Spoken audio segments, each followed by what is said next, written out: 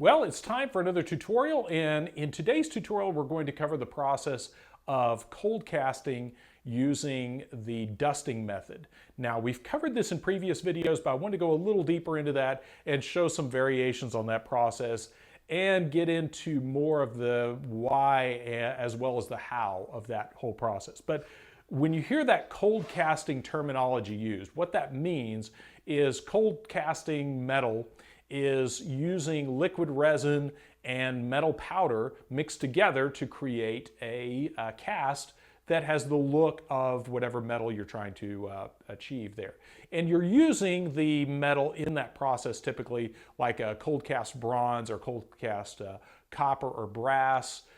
You can get the look of that, and because you're actually using that base metal in the resin, sometimes you can even get that to oxidize and patina like the actual metal because that's what's on it. Now, the dusting method is a little bit different in that we're just going to be using a thin veneer of the powdered metal on the surface of the mold. Now, for that process, today we're going to be using tin metal powder, and tin is a good way to simulate silver or pewter. And the resin we'll be using is the TC-808 Jet Black. And the reason for using the TC-808 Jet Black is twofold. One, it's already black, so we don't have to add any pigments or anything to it. We don't have to worry about like a white resin accidentally showing some white or opaque white resin showing through wherever there was a little gap in between the metal powder. But also, TC-808 is a very hard resin system. So on the D scale, I believe this one is about a 75 Shore D, which lends very well to the polishing later on once we demold our cast. Now, to start, we're going to need a silicone mold. Silicone molds work ideal for this process, and the softer the better. This is the TC-5110. Which is a relatively soft platinum silicone system from BJB, and I prefer the softer silicones for this particular dusting process because the softer silicones tend to hold that metal powder on the surface a lot better than some of the firmer systems. Now, one of the reasons for this particular approach to resin casting for cold cast metal casting like this is with metal powders like tin. Even though this is not real silver or pewter, these metal powders are very expensive. And with the recent shortages and inflation and whatnot, that's really made metal powders a hot commodity. So anything you can use, obviously, to cut down on the amount of metal powder used, obviously is going to lower the cost of your cast. So what I'm going to do is just scoop a little bit out on a brush. You see that's a really fine powder, and we're just going to use a soft brush to push that around in the mold, and then we dump out the excess. And this is just a little medallion, a little commemorative coin that for my father-in-law that we like it because it looks like it's Leechman. If you're not familiar with Leechman, go check out our Instagram page because he's had some adventures in the form of some videos that we posted a while back. So anyway, so we're going to push that around on the surface and let the silicone grab just a very micro thin layer of metal powder, and the rest we'll put back into the container. So if you're doing this on a regular basis, you can keep the brush that you're, because obviously this doesn't destroy the brush, but keep that brush with that that metal powder, and you know it's for that purpose, and that eliminates any chance for contamination. But there we have our metal powder applied to the surface of the mold, and now you can make out the detail of that relief a little bit better. And I say Leechman, but this is Leechman prior to his transformation is what we like to think here. So now that we've got that set up, now we're ready to go. Now here's a real critical thing about mixing small amounts of resin for a mold like this. It's really tempting, especially when you're starting out, and resin is not cheap. So a lot of times people will mix up just enough resin to fill a mold like this. And the problem is, unless you're working with like NASA grade equipment, it is really difficult to accurately measure out that precise amount of resin and keep it on ratio and keep everything true to the original formula. So what I recommend is mix up a little bit more than you need to and have another mold standing by to accept that leftover resin. And the reason for that is it's the larger the batch size, the easier it is to stay within the manufacturer's ratio. When you start working in really small amounts, it gets, especially if you're eyeballing it by volume, it gets real easy to be out of ratio, and that's where you start having every other cast comes out different because of the tolerance on your scale. So be aware of that. If you're working in really small amounts, that's when we start getting phone calls about batches changing radically between different casts. So be aware of that and make sure you're mixing up a decent enough amount that you can get a good accurate measurement on your scale or by eye, because again, there's a point at which you really are going to have a difficult time measuring by eye when you're working in really small volumes. Okay, we are now ready to mix and pour our TC-808 jet black resin. Now, real important, remember anytime you're working with a urethane resin system like this, you want to make sure you're using clean and dry stir sticks and mixing cups. Stir sticks like this is just a plain tongue depressor, popsicle stick type of stir stick, but you want to be really careful about these because they can attract ambient moisture. So you want to really watch out for that. If you're using some of these like wooden stir sticks and you're in a really humid environment, like say in New Orleans or down in Florida or Houston or someplace like that, be aware that these can become a liability. They'll absorb humidity out of the air and then transfer them into your resin when you mix that up. So when in doubt, if that looks like that's going to be a problem, you can always use a steel spatula to do your mixing. Now, anytime you're working with the 808 Jet Black, this comes in a white version as well as the jet black version, and the B side has the black pigment, and that will settle out. So if you don't shake this up before use, you're going to wind up with parts that are more like gray or dark gray rather than a true black. Now I'm going to measure out 60 grams of part B and 60 grams of part A. This particular resin system mixes 1-to-1 by weight.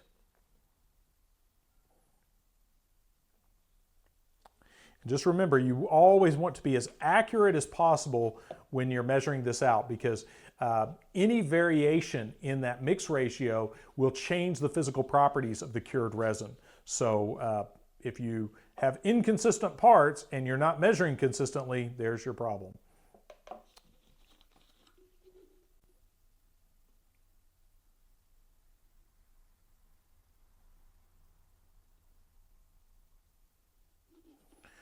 Now, real important with your Part A's, anytime you're working with a polyurethane system like this, the Part A is sensitive to ambient moisture. So when you're done using this for the day, you can shoot some poly purge in this. Just a quick blast of that will settle down over that liquid Part A and preserve that from moisture contamination. But real important, watch your Part A's. Don't ever leave the cap off and just leave it exposed to the air, or it'll start crystallizing.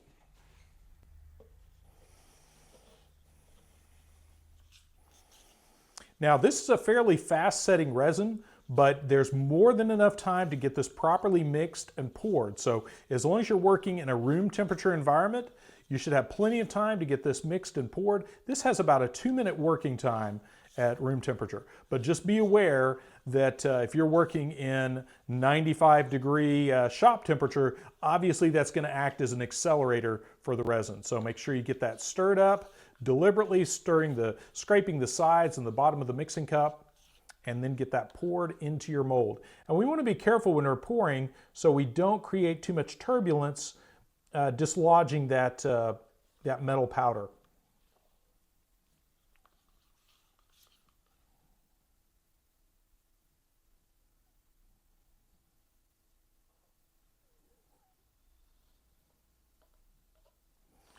Now, one of the things I like to do with whatever's left over, I used up all but just a few drops of the liquid resin in this cup. I'm just going to leave that stir stick in place, and that'll help me clean that cup out, because these little PPG cups like this, you can get a lot of use out of these if you're careful. So I usually just leave that stir stick in place, and then I use that as a handle to pull out whatever's left over. Now the demold time on this particular resin is about 15 to 20 minutes. Now remember, with a thin part like this, with a thin cross section, this will take longer to cure than a slightly thicker part. So make sure whatever is in your mixing cup, that thin residue around there, that's going to be the best indicator of what's happening in your mold. So make sure that everything is set up completely in your mixing cup before you attempt to demold what's in your silicone molds here. Okay, it's been about 20 minutes. We're going to come back here and check our mixing cup. So if you pull this out and you've got some sticky residue or gooey black stuff down there, that's usually a warning sign that you're not mixing adequately. So make sure, this is a good way to check your work, and just make sure that you're scraping the sides and the bottom of your mixing cup and getting all of that incorporated really good. And then of course that makes cleanup that much easier. So our mixing cup is ready to see another day. Now I'm going to go ahead and demold this ear first, and just to give this as much time as possible. And there we have our finished cast ear, nice bubble-free part. And the nice thing about the 808 Jet Black is, even though this is a fairly hard resin, this is not a brittle resin. There's some that start to get up into the high 70 Shore D that start to get very brittle. And this is not one of them, thankfully. So this is a very tough resin system that's ideal for a lot of things like aftermarket auto parts and things like that that need to even have, you know, low heat resistance. And the moment of truth. Oh, we have a couple of bubbles, but overall we've got a nice part that is ready to shine up. Now, a quick word about these little air bubbles right here. So we do have a couple of little places here, and a lot of that can be remedied. The best way to fix that is with pressure casting. And that can be done even with a fast setting resin. You just have to move quick. Just have your mold ready to go in your pressure pot, pour it, turn up the pressure, you're good to go. But that's the best way to address these little bubbles like this, because if we're not careful using this dusting method, where we just have that very thin veneer of metal powder, it's easy to dislodge that by sticking things in like a brush into the mold to move the resin around. So for parts like this, pressure casting is going to be ideal. Now, we're ready to shine up our Leachman medallion, and to do that we're going to use some 4/0 steel wool. And this you can pick up at any hardware store. 4/0 steel wool is cheap, easy to come by, and you don't want to use something too aggressive like 2 or 3/0 steel wool, because if you're not careful it'll just go right through that layer of metal powder.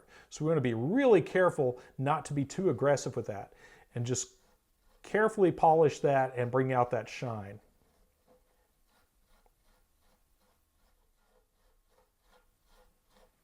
And the longer this sits, the more aggressively you can polish it, because right now the resin is still a little bit on the green side, but when this sits for a day, you can be a little bit more aggressive with it, but you still want to be careful not to just polish right through that layer of metal powder.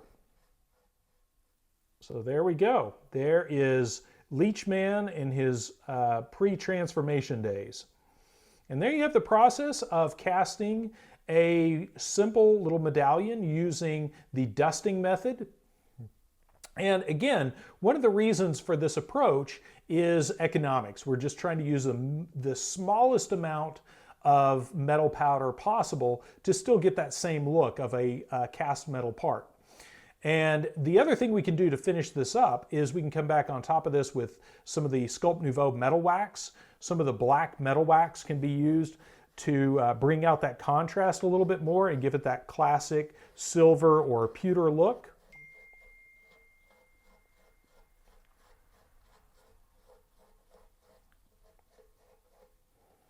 But again, this is ideally, this process is best used on relief pieces and open face molds, one part molds, one piece molds, things like that, because when you start getting into pieces with seams that come back together, it's very difficult to get that all in alignment and everything to look nice. So overall, I really recommend this more for relief pieces than anything else. And using a soft silicone mold like the 5110 is also ideal because that grabs that metal powder a lot better than a harder silicone mold. Now, just for fun, we're going to do a follow-up cast, this time with an emphasis on this mold. And just to show you the difference with, this is such a detailed relief. We're really pushing the limits on what we can do without a pressure pot. So we're going to do this again with this mold, again with a very soft silicone mold, and just brush in our metal powder.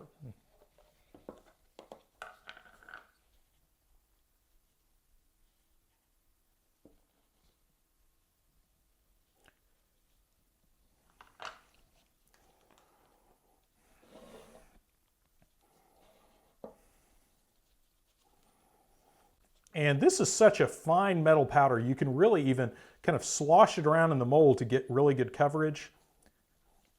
And if you've got a really intricate mold with deep undercuts, like this, because it does have some kind of crazy places around that earlobe, I like to turn it upside down a couple of times and tap that out and just make sure we get a really good coating of metal powder.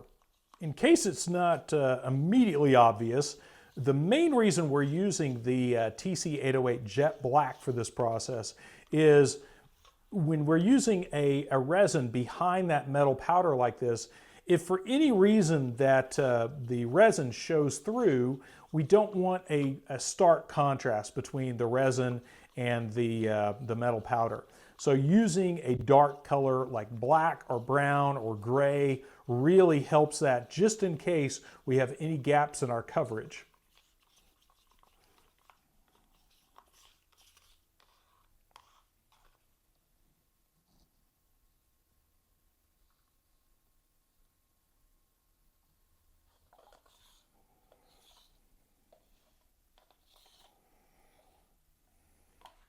Okay, it's time to demold our second cast. And this time you see we have a much nicer surface there when we're not contending with all of that detail. And of course, just like the coin, just takes minimal amount of polishing to bring out that shine. And you can also clean up little areas like some of these little divots here that are minor, but if you really want to correct any of that, you could always use some of the Sculpt Nouveau B metal coating, the silver B metal coating, and you can go in there and carefully clean up those. We've used that before to touch up cold cast bronzes, or the C metal coating, which can actually be polished. And that works well for those little cleanup work like that.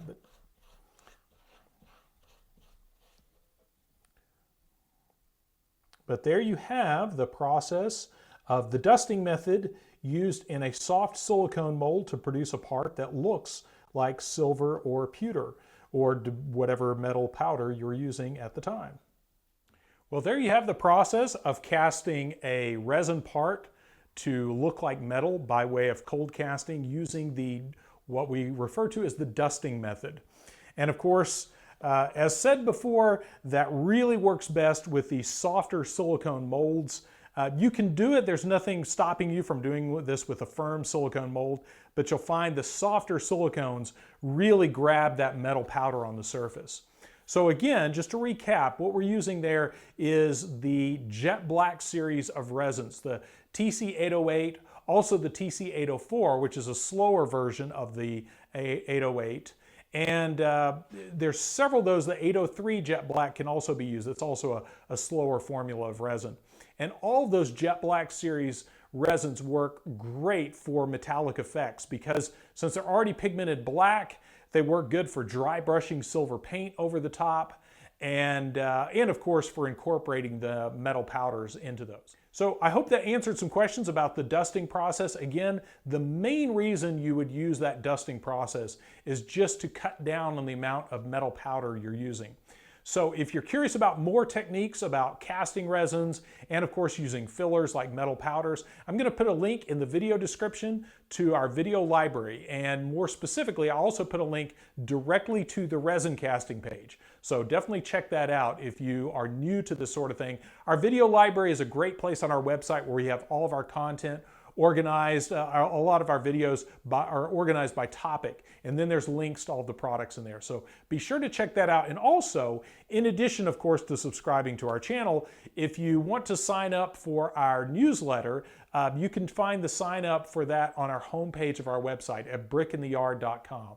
So we'll be sending out a newsletter soon with a lot of important updates. So be sure to click on that and sign up, and watch for some of the latest news that we're about to announce with some new product lines, a lot of new stuff happening. So thanks again for watching, and of course, if you haven't already, be sure to like and subscribe. And of course, check out all the links in the video description for all of the products we used in this video.